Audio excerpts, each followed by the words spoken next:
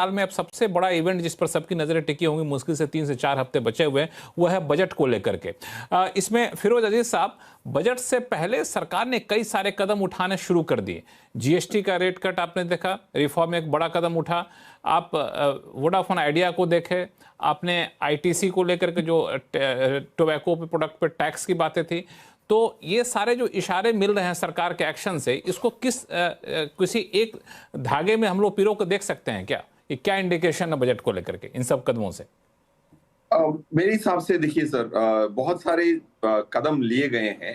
Direct tax cut, GST cut, बहुत सारे cleanse हुई है। डायरेक्ट टैक्स कोड जो नया आया है 2025 का, तो इससे ये पता लगता है कि भाई बार बार बदलाव नहीं होंगे, उसकी मोमेंटम आ रही है। सबसे ज्यादा इंपॉर्टेंट ये होगा कि मेरा ये अंदाजा है कि 12.5 लाख करोड़ रुपया कैपेक्स के लिए रखा गया होगा। मेरी ये प्रोजेक्शन है कि 7% की अगर जीडीपी ग्रोथ FY27 की करनी है, तो उसमें कैपिटल गुड्स पे एक्सपेंडिचर क्या होगी, उसका बड़ा योगदान होगा।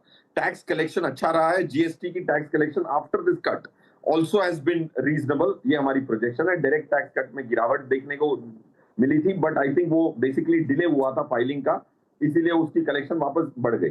सो मेरा ये मानना है कि पहले तो मैं ये देखूंगा कि कैपिटल एक्सपेंडिचर कितनी होगी, और फिस्कल डेफिसिट 4.1 पे आएगी कि नहीं आएगी।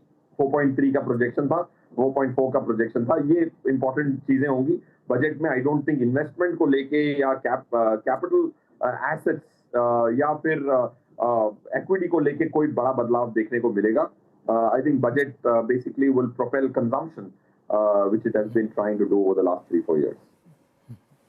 गौरांग शाह साहब, बजट तक बाजार की नजरें कहां टिकी रहेंगी? एक निवेशक कैसे देखे इस पूरे बजट के पीरियड को? मैं आपसे हाथ जोड़ के क्षमा मांगता हूं कि ये बजट तक की बात जो है ना, ये मेरे समझ में आती नहीं है, क्योंकि ये बहुत छोटी अवधि का हो जाता है और मैं सक्षम ही नहीं हूं इतनी छोटी अवधि के लिए किसी प्रकार की टिप्पणी करने के लिए। और बजट हर साल आता है लक्ष्मण जी। आप कुछ बोल रहे थे? हाँ, मैंने कहा छोटी अवधि का मतलब ये नहीं कि अभी पैसा निकाले और बजट के बाद पैसा निकाल ले वहां से, अभी डाले और निकाल ले, वो वाली अवधि की बात नहीं कर रहा हूँ। मैं कह रहा हूँ कि सरकार के जो इशारे मिले रिफॉर्म के मोर्चे पे, वो क्या इंडिकेट कर रहे हैं कि आगे चल के कहाँ फोकस रहने वाला है? तो देखिए, मैं एक अनुमान लगा सकता हूँ। मेरे पास कोई ऐसी क्रिस्टल बॉल नहीं है जिसमें देख करके मैं अनुमान लगाऊं कि वित्त मंत्री जी फरवरी में कौन से क्षेत्र के लिए घोषणा करेंगे। लेकिन जो मेरी सोच विचारधारा है वो मैं आपके सामने रखना चाहूंगा। ये सही भी हो सकता है, ये बिल्कुल गलत हो सकता है, ये भी मेरे ख्याल से एक अनिवार्य है बात बोलना।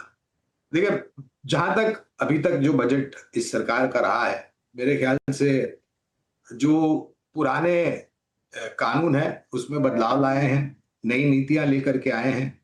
रोजगार खड़ा करने का बहुत बड़ा प्रयास काफी सालों से निरंतर बजट में होता हुआ आ रहा है।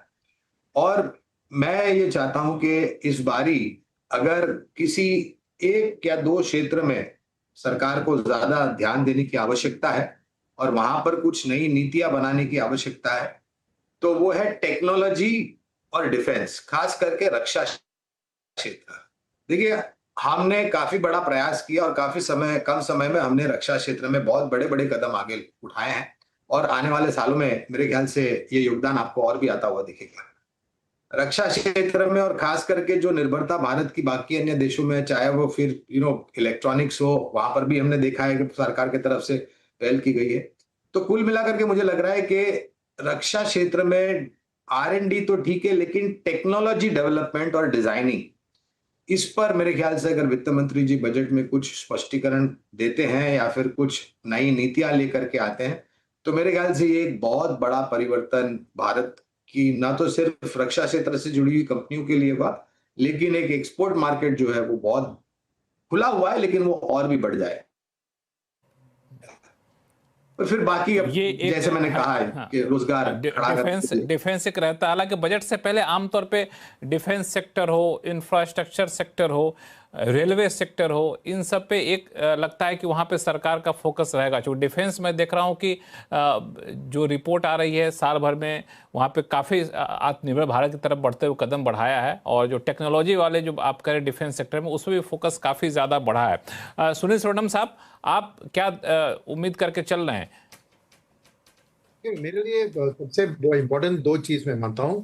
पहला है प्राइवेट सेक्टर को कैसे कैपेक्स की स्टोरी में जुड़ा दिया जाए, क्योंकि एक तो कदम उठाया है कंजम्पशन को बढ़ाकर, कैपेसिटी यूटिलाइजेशन को बढ़ाकर, मगर मेरा मानना है कि पब्लिक प्राइवेट कैपेक्स जो दोनों मिलाकर करते हैं, पीएसयूज और प्राइवेट सेक्टर, उसको जैसे पीएसयू के बाद बहुत बड़ा लैंड बैंक होता है, तो उसको एज इक्विटी स्टेक इस्तेमाल करके प्राइवेट सेक्टर को सपोर्ट करके इस कैपेक्स स्टोरी में अभी तक खाली गवर्नमेंट ने अपने कंधे पे उठाया है। तो इस बजट से मैं देखना चाह रहा हूं कि कैसे वो प्राइवेट सेक्टर को जोड़ती है, और शायद इसमें यह भी शामिल होगा कि पीएलआई स्कीम जो एक specific sectors like electronic manufacturing में अभी तक उसने अपना असर दिखाया, बट बाकी में नहीं दिखाया, तो उसके लिए कुछ ट्वीक्स करके उसको और बेहतर करके प्राइवेट सेक्टर कैपेक्स को बूस्ट करना, नंबर 1। सेकंड है, आपने ऑलरेडी देखा कि अभी क्रेडिट कोड तो बढ़ रही है कंजम्पशन के कारण, और फिर प्राइवेट कैपेक्स भी शुरू होगी, तो फंडिंग का बहुत बड़ा प्रॉब्लम है। बिकॉज पहले जैसे प्रोजेक्ट फाइनेंसिंग इंस्टीट्यूशन जैसे आईएफसीआई, आईडीबीआई, आईसीआईसीआई वो नहीं रहे, तो पीएसयू बैंक्स को ये आगे लेके जाना है, तो उनके लिए उनकी जो एक फॉरेन कैपिटल सोर्स करना, चाहे इक्विटी हो या डेट हो, क्योंकि डिपॉजिट्स पे रेट्स बढ़ नहीं सकते, जैसे रेट कट का सिनेरियो चल रहा है, तो deposit growth already slow down हो रहा है। तो एक बड़ा मर्जर ऑफ से 3 to 4 पीएसयू बैंक्स का टॉप लेवल में करके एक ग्लोबल स्केल के उनको लाना, ताकि वो इंटरनेशनल कैपिटल चाहे through masala bond, through external commercial borrowing raise कर सके, तो जब प्रोजेक्ट फाइनेंसिंग को उनको एक एडिक्वेट फंडिंग मिले। तो ये दो बहुत बड़े कदम मैं एंटिसिपेट कर रहा हूं बजट से, यही मेरे लिए की फोकस होना चाहिए इस बजट का। ये आपने बहुत अच्छा कहा, चूंकि बहुत सारे रिफॉर्म हुए और बैंकिंग सेक्टर रिफॉर्म पे तो खास तौर से बीच बीच में चर्चा भी होती रही कि सरकार ऐसा करेगी वैसा करेगी, अभी तक कुछ ठोस कदम उठता हुआ दिखे ना, तो बजट एक बड़ा मौका होगा। फिरोज अजीज साहब।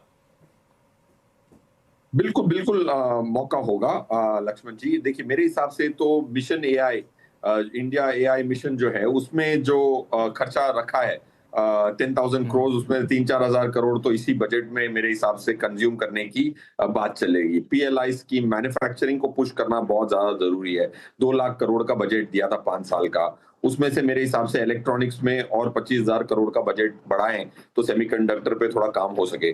तो आई थिंक ये जो फ्यूचर रेडी करना है, अगर आपको आत्मनिर्भर बनना है, तो थोड़ी आपको एआई में, सेमीकंडक्टर में, मैन्युफैक्चरिंग में खर्चा ज्यादा करना पड़ेगा। वो आई थिंक वो कर ही रहे हैं। आई थिंक एक चीज बहुत क्लियर है इस गवर्नमेंट की कि बहुत कंसिस्टेंट है। आप बहुत प्रेडिक्ट कर सकते हैं कि वो करेंगे क्या, क्योंकि उनकी जो नैरेटिव है एंड एक्शंस हैं वो मैच करते हैं। वो नई टैक्स की स्कीम हटाना चाहते हैं तो उसको डेट्रीमेंटल करते जा रहे हैं, नई वाली को बहुत अट्रैक्टिव कर रहे हैं, तो लोगों को नई टैक्स रिजीम में शिफ्ट होना चाहिए for example. So it's very easy to predict. बहुत कंसिस्टेंसी, एक बहुत क्लियर ट्रेंड देखने को मिलता है बजट से। आपको कुछ भी प्रोजेक्ट करना है तो लास्ट 4-5 बजट में जो कॉमन थीम्स थी उसकी बढ़त करते हैं हर incrementally. I think manufacturing, AI, semiconductors, ये एक सेक्टर रहेंगे जिसको पुश मिलना चाहिए और मिलेगा भी मेरे हिसाब से।